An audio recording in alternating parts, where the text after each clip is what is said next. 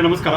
ಬಿಹಾರದ ಚುನಾವಣೆಯಲ್ಲಿ ನೋಡಿದ್ವಿ, ಮತ್ತೊಂದು ಬಾರಿ ದೇಶದ ಹೆಮ್ಮೆಯ ಪ್ರಧಾನಮಂತ್ರಿ ನರೇಂದ್ರ ಮೋದಿಜಿಯವರ ಮೇಲೆ ವಿಶ್ವಾಸ ಇಟ್ಟುಕೊಂಡು ಬಿಹಾರದ ಮುಖ್ಯಮಂತ್ರಿಗಳಾದಂಥ ನಿತೀಶ್ ಕುಮಾರ್ ಅವರ ಮೇಲೆ ಬಿಹಾರದ ಮಹಾಜನತೆ ವಿಶ್ವಾಸವನ್ನು ಇಟ್ಟುಕೊಂಡು ಭಾಳ ದೊಡ್ಡ ಪ್ರಮಾಣದ ಮತಗಳನ್ನು ಹಾಕುವುದರ ಮೂಲಕ ಮತ್ತೊಮ್ಮೆ ಬಹುದೊಡ್ಡ ಅಂತರದ ವಿಜಯಶಾಲಿಯನ್ನಾಗಿ ಬಿಹಾರದ ಜನತೆ ಮಾಡಿದ್ದಕ್ಕಾಗಿ ಮಧ್ಯದ ಯೋಜನೆ ನಾವು ಅನಂತ ಧನ್ಯವಾದಗಳನ್ನು ಅರ್ಪಿಸ್ತಾ ಇದ್ದೀವಿ.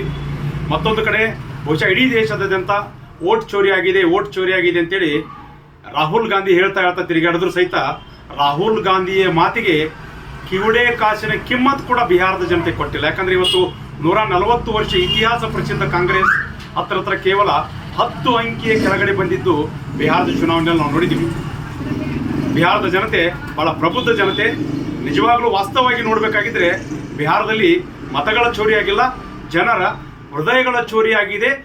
ನಾವು ನರೇಂದ್ರ ಮೋದಿಜಿ ಜೊತೆಗಿರ್ತೀವಿ, ನಿತೀಶ್ ಕುಮಾರ್ ಅವ್ರ ಜೊತೆಗಿರ್ತೀವಿ.